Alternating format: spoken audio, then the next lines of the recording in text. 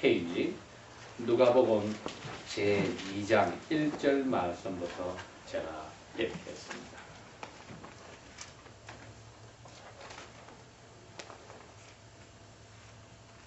이때에 가이사 아구스도가 영을 내려 천하로 다 호적하라 하였으니 이 호적은 구레네가 수리아 총독되었을 때에 첩번한 것이다.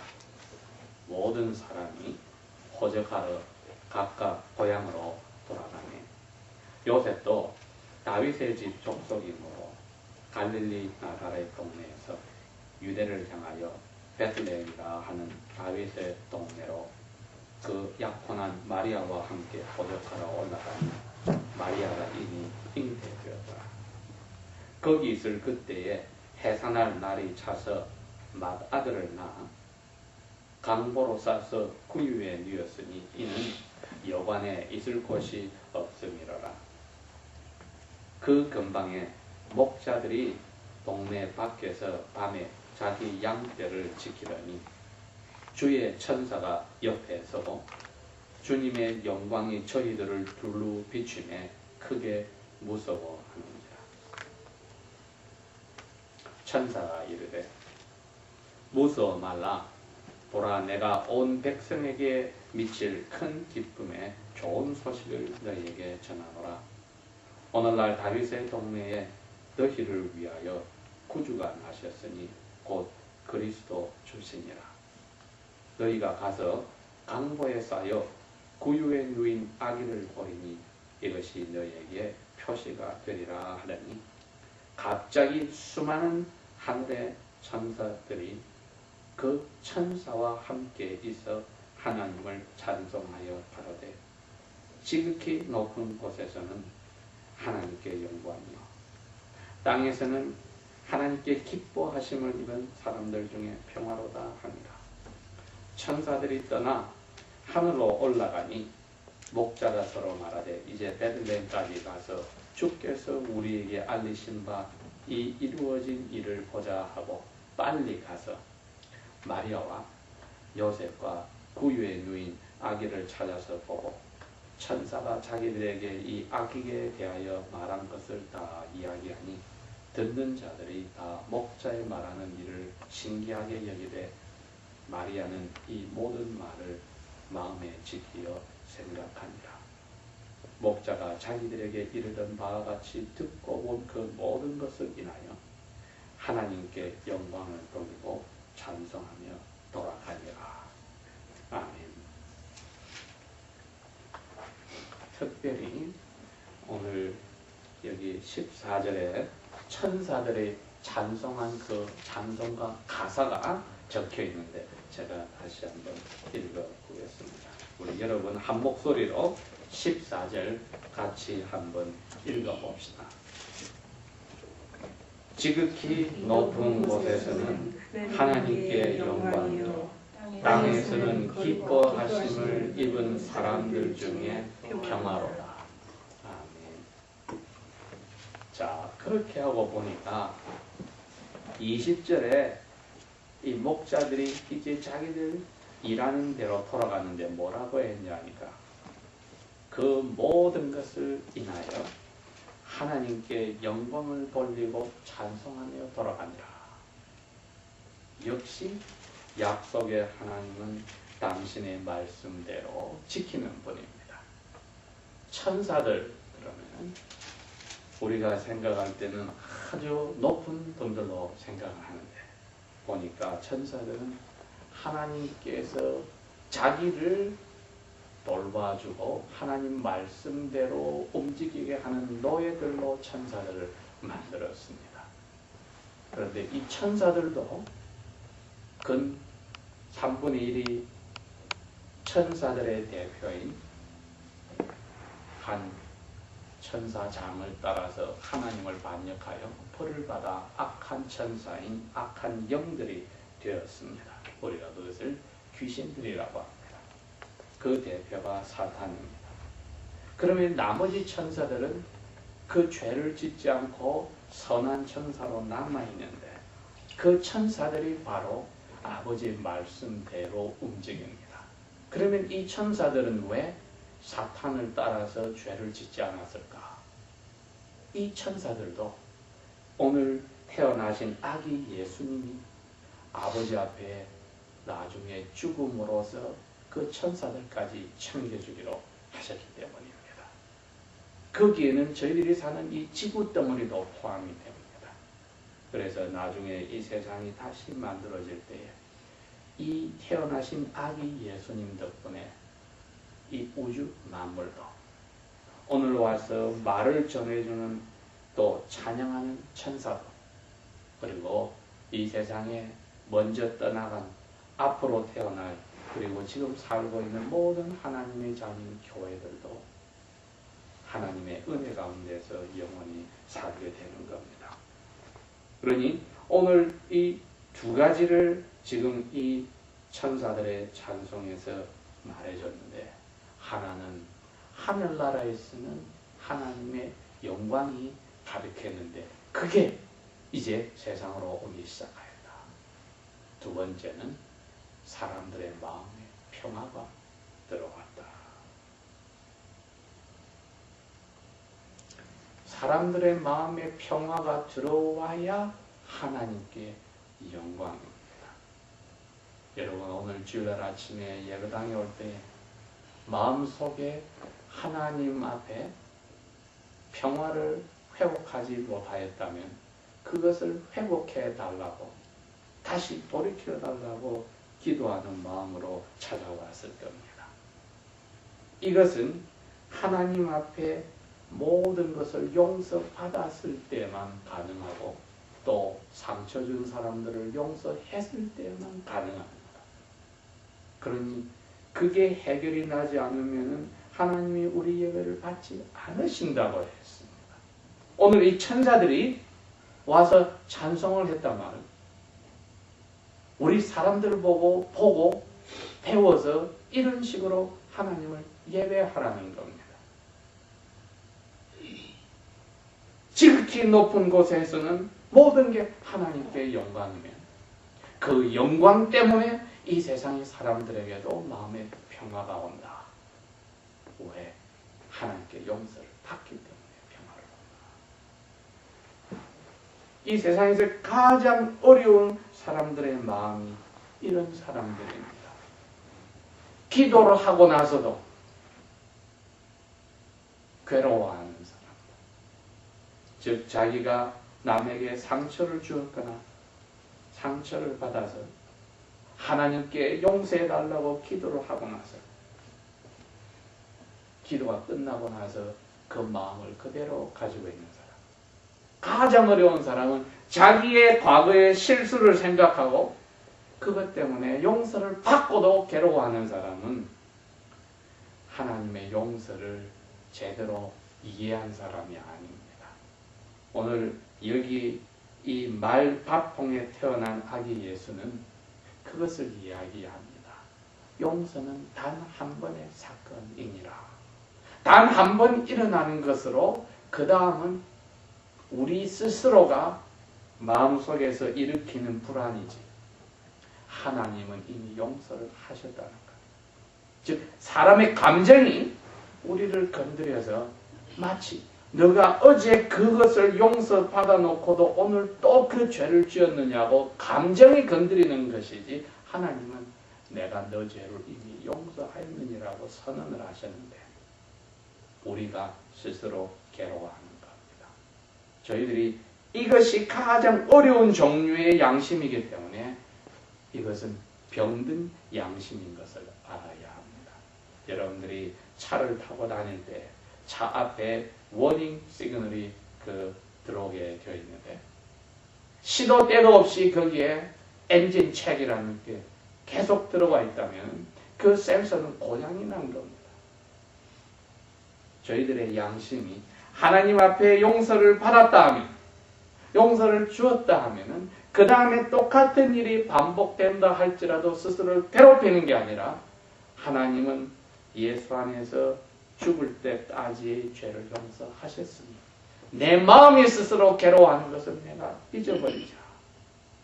즉 자기의 감정이 자기를 유혹할 때에 나는 머리로서는 알아. 내 죄는 용서받았으니 아무리 양심이 나를 병들은 양심이 하이퍼 센서티브한 양심이 너무나 하나님이 하라는 건강한 양심이 아니라 너무나 연약한 양심이라 지나가야 될 것을 아파하는 그러한 죄를 짓지 말자. 그게 빠질 때에 참된 평화가 있습니다.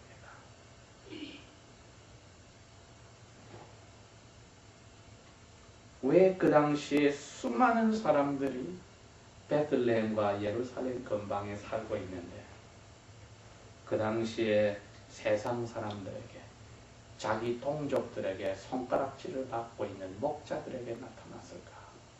그 당시의 목자들은 오늘날로 한국의 옛날로 치면 짐승을 죽여서 먹고 사는 백정들과 같습니다. 동네에서 사람 대접을 받지 못하는 사람들입니다.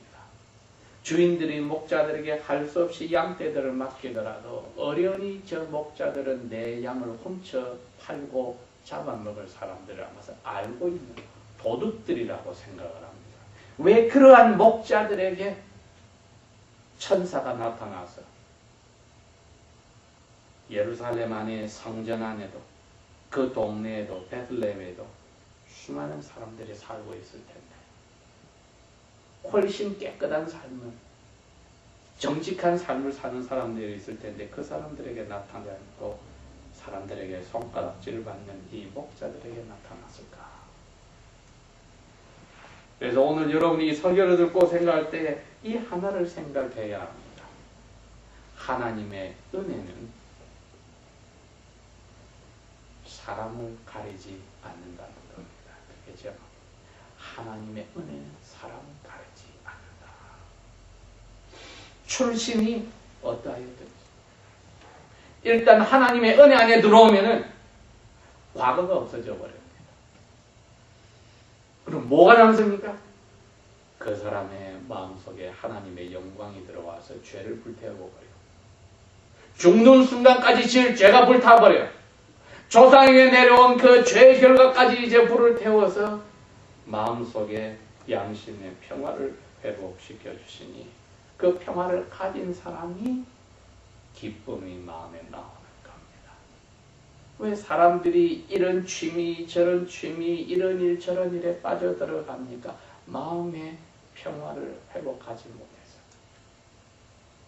그래서 그런 일을 하면서 재미를 보려고 기쁨을 가지려는데 그게 오래 가지를 못합니다. 하나님께 눈을 돌리기 전에는 이것이 해결이 나지 않더라. 교회에서 직분을 가지고 남을 가르치는 자리에 있든지 봉사를 많이 하든지 사람들을 전도를 많이 하든지 다른 나라에 가서 선교를 많이 하든지 헌금을 많이 하든지 아무 상관이 없더라. 마음속에 나는 태어나서 죽을 때까지 죄다 이 어린아이 예수님이 벌받는 대신에 용서를 받았어. 이제는 내가 아무리 하나님 앞에 실수를 하고 죄를 지어도 스스로 양심 괴로워하면서 살지는 않겠어. 하나님이 용서해 주셨습니다. 하는 그 확신을 가지고 살 때만이 하나님의 은혜를 맛보는 사람입니다. 성경에서는 그래서 은혜 위에 은혜를 맛보러 합니다. 항상 하나님의 은혜는 우리가 숨쉬고 있는 이 공기처럼 우리에게 항상 와 있습니다. 그래서 병든 양심, 쓸데없이 연약하여서 지나가는 바람에도 흔들리는 괴로워하는 양심은 하나님이 원치 않고 건강한 양심. 마귀가 와서 건드려서 옛날 것을 생각해서 괴롭게 하더라도 아니야. 예수님 안에서 벌받아서 나는 하나님 앞에 깨끗해. 마음의 평화를 간직하는 일은 우리의 머리가 해야 할 일입니다. 하나님이 보실 때에 아기 예수가 이 세상에 태어나서 어떤 사람들에게 가장 중요한 일을 하는가를 생각했을 때에 그 당시에 사람들에게 열심히 일하고도 손가락질을 받는 사람, 또 자기가 잘못하여서 손가락질을 받는 사람, 그런 사람들끼리 모여있는 목자들에게 희망을 주고 마음의 죄를 용서해주고 평화를 주기로 하나님이 결정하셨습니다. 모든 사람들은 잠들어 있는 시간에 자기 재산도 아니요 다른 사람 재산을 지켜주는, 강한 사람을 지켜주는 파수꾼이 아니요 약한 양떼들을 지켜주는 도둑의 무리고 강도의 무리인 이러한 목자들에게 나타나신 것이 예수님이 할 일이고, 그러한 사람들을 하나님의 아들, 딸로 만드는 것이 예수님의 할 일이요, 그렇게 되면 하나님께 영광이 되고 마귀가 코가 납작아져지기 때문에 처음으로 아담과 하와를 만드신 하나님의 그 뜻대로 다시 몹쓸 사람들을 올리는 일이기 때문에 하나님의 영광 회복이 되는 일입니다. 에덴 동산에서 아담과 그의 아내가 마음의 평화를 가지고 살았듯이 우리에게도 그 평화를 줘야 되는데 가장 필요한 사람에게 찾아왔습니다. 힘없는 양떼들을, 주인들의 재산을 지키고 있는 가장 손가락질 받는 종류의 사람들에게 와서 너희들에게 평화가 있다.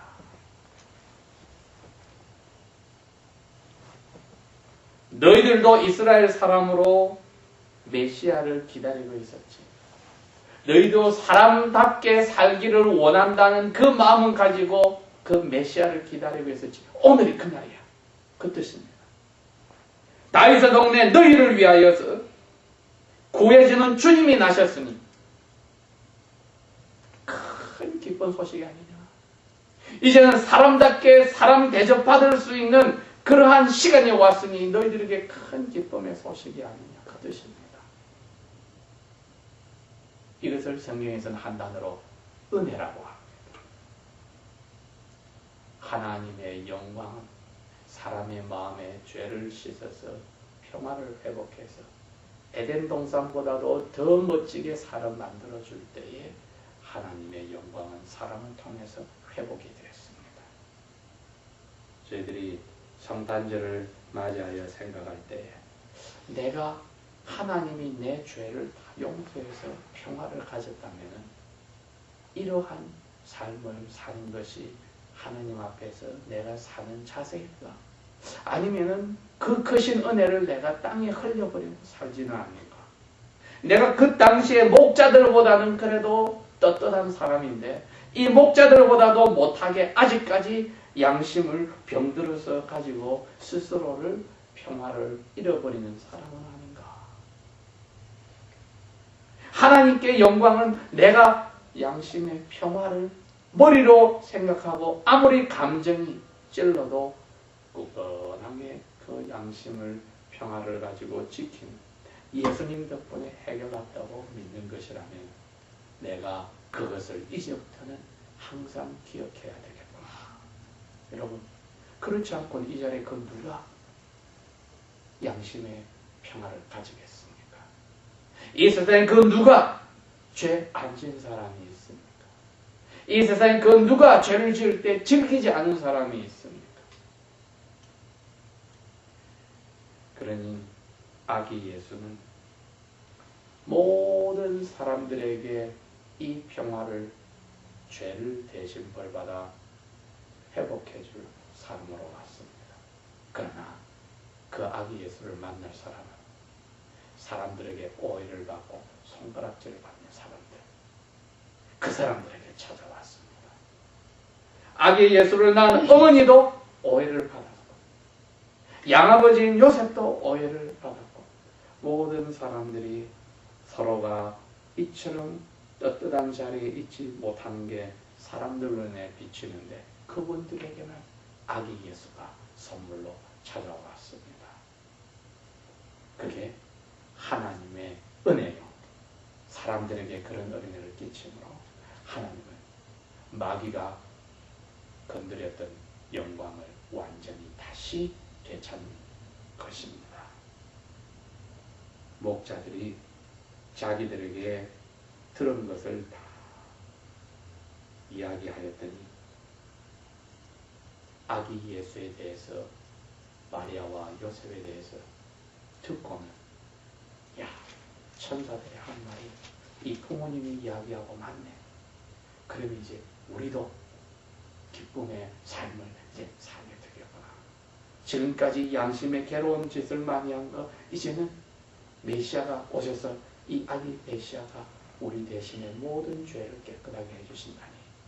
그러니 당연히 기뻐하며 하나님께 영광을 돌리고 찬송하고 갔답니다.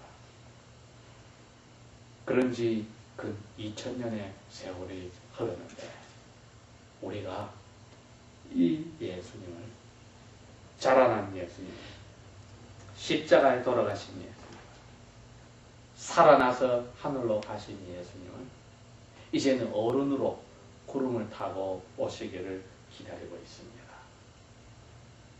하나님의 은혜 속에 들었으면 은혜롭게 사는 사람은 다시 오실 예수님을 보고 살아야 합니다. 목자들처럼 멋모르고 일하고 사는 게 아니라 이제는 예수님이 다시 오실 것을 생각하고 그날을 기대하고 일하고 생활하고 살아야 합니다.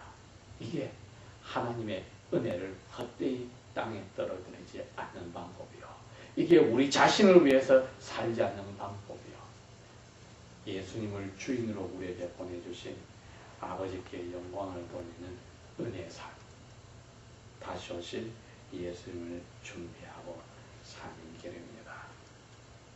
그때는 모든 천사들이 다 우리를 데리러 와서 우리를 하나님의 자녀로 살 수 있도록 대접하고 옆에서 서브해 주려고 다시 한번 찾아올 것입니다. 다 같이 기도합시다.